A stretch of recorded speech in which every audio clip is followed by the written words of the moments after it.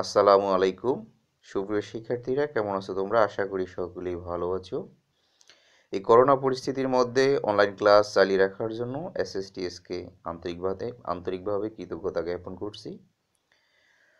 আজকে আমি আসি, তোমাদের ইব্রাহিম স্যার তোমাদের সাথেই আছি।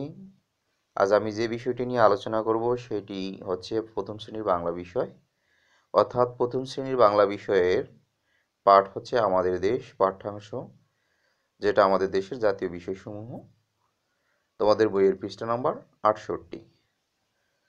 এখান থেকে তোমরা যা শিখতে পারবে, অর্থাৎ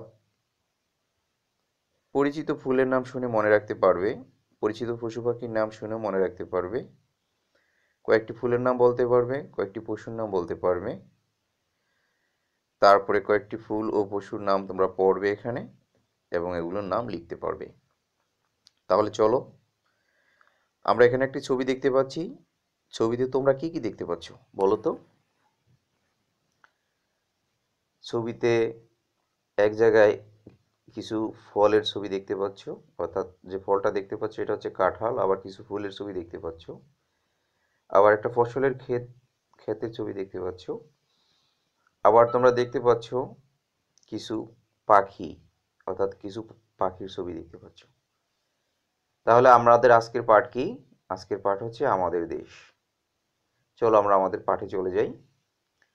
প্রথমে তোমরা ছবিতে দেখতে পাচ্ছ এক ব্যক্তির হাতে একটি ধানের গোছা, অর্থাৎ সে একজন কৃষক। তোমরা জানো যে আমাদের দেশ হচ্ছে ধানের দেশ এবং গানের দেশ। জারি সারি পল্লী বাটিয়ালি নানা ধরনের গান আমাদের দেশে লোকেরা গায়। তাহলে তোমরা এই যে ব্যক্তিকে দেখতে পাচ্ছ উনি একজন কৃষক। এরপরে তোমরা যে ছবিটি দেখতে পাচ্ছ এটা আমাদের একটা প্রাকৃতিক পরিবেশের ছবি, অর্থাৎ আমরা যে গাছগুলো দেখতে পাচ্ছি এগুলো হচ্ছে নারিকেল গাছ। এবার আসো, আমরা কিছু ছবিতে কিছু প্রাণীর দেখতে পাচ্ছি যেগুলো হচ্ছে পাখি, অর্থাৎ তোমরা দেখতে পাচ্ছ এখানে কবুতর, কাক, মাছরাঙা, শালিক, টিয়া, কয়েকটি পাখি দেখতে পাচ্ছ। ঠিক আছে। তারপরে তোমরা দেখতে পাচ্ছ কি এখানে এখানে দেখতে পাচ্ছ একটা পাখি। একটু আগে আমি কিছু পাখি তোমাদেরকে দেখিয়েছিলাম, বলো তো এই পাখিটার নাম কি?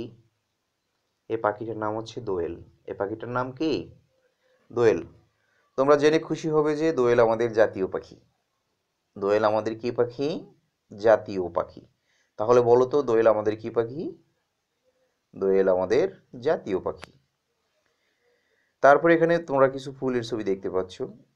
বাম পাশে রয়েছে গোলাপ, তারপরে সূর্যমুখী, তারপরে রয়েছে কদম ফুল, সম্ভবত তোমরা অবশ্যই চিনো অনেকেই।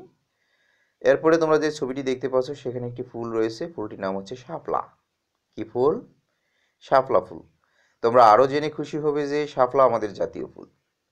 শাপলা আমাদের কি ফুল? জাতীয় ফুল। তোমরা আরেকটু তথ্য ভালোভাবে জেনে রাখো, আমাদের জাতীয় ফুল হচ্ছে সাদা শাপলা, মনে রাখবে, যেটাকে বলা হয় ওয়াটার লিলি। সাদা শাপলা, কিন্তু লালটা না, লাল শাপলা আমাদের জাতীয় ফুল নহে। তারপরে এখানে কিছু ছবি দেখতে পাচ্ছ যেখানে কিছু গাছের ছবি রয়েছে, একটা তাল গাছে বাবুই পাখির বাসাও দেখা যাচ্ছে, আবার কিছু কলা গাছ দেখা যাচ্ছে, অন্যান্য গাছও এখানে রয়েছে। তাহলে আমরা এখন যে গাছটি দেখতে পাচ্ছি বলতে পারো সে গাছটির নাম কি? সে গাছটির নাম হচ্ছে আম গাছ। সে গাছটির নাম কি? আম গাছ। তোমরা আরও জেনে খুশি হবে যে আম গাছ আমাদের জাতীয় গাছ। 15ই নভেম্বর এই গাছটিকে স্বীকৃতি দেওয়া হয়, অর্থাৎ এখন থেকে প্রায় 10 বছর আগে। তারপরে আমরা এখন আমাদের বইটি ধরব এবং বইটি ধরে সুন্দর করে পড়ব। তোমরা তোমাদের বইয়ের 68 পৃষ্ঠায় যাও। 68 পৃষ্ঠায় যাওয়ার পরে তোমরা 3টি দলে বিভক্ত হও এবং 3টি দলকে আমি কাজ দিচ্ছি, তোমরা কাজগুলো করবে। তোমরা 3টি দলে বিভক্ত হলে শাপলা দল যে কাজটি করবে সে কাজটি করবে জাতীয় পাখি সম্পর্কে 2টি বাক্য লিখো। গোলাপ দলের কাজ হচ্ছে জাতীয় ফুল সম্পর্কে 2টি বাক্য লিখবে। বেলি দলের কাজ হচ্ছে 5টি ফুলের নাম লিখবে। দ্রুত কাজটি শেষ করো, কাজটি শেষ করে আমার কাছে জমা দাও।